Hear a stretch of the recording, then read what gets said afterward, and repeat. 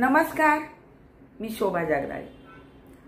आपणा सर्वांना विजयादशमीच्या हार्दिक शुभेच्छा। खरी विजयादशमी कोणती हे आपण आज पाहणार आहोत। असत्याच्या रावण पर्वतावर क्षणार्धात सत्याचा बाण झेपावला आणि प्रभू श्रीरामांनी सत्यमेव जयतेचा अमर संदेश दिला।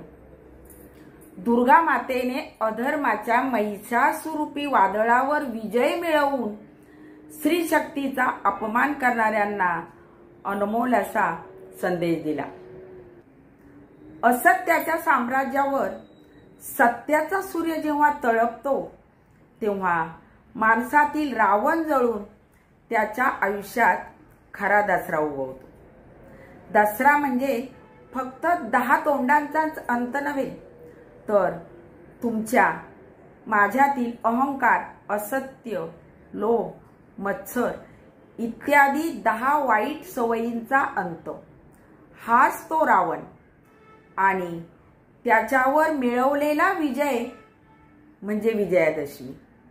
पदाची खुर्ची जनहितासाठी स्वीकारणे तसेच स्वार्थाच्या रावणावर विजय मिळवून रामराज्य स्थापन करणे हाच जनसेवकाचा दसरा। रुग्णसेवेतून मानवतेच्या रामाला जागवणे हा डॉक्टरांचा दसरा। देशाभिमानासाठी शत्रूच्या अहंकाराला हरवणे हा जवानांचा दसरा। तपश्चर्येच्या भट्टीतून टॉपर म्हणून सोन्यासारखं यश सिद्ध करणे म्हणजे विद्यार्थ्यांची विजयादशमी।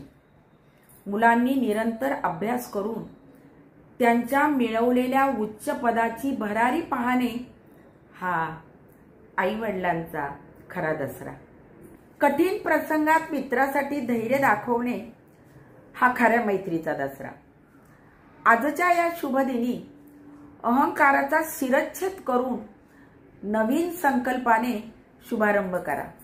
पण संघर्षाचा आरंभ जरी काट्यातून झाला तरी शेवट फुलांच्या पायघड्यावरून होतो हे मात्र कधीच विसरू नका।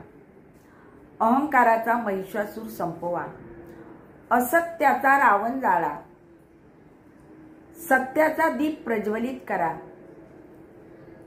हा व्हिडिओ आवडल्यास चॅनलला लाईक, सबस्क्राईब अवश्य करा आणि आतील रावणाचे कसे हरण करायचे ते आपल्या मित्रांना अवश्य शेअर करा।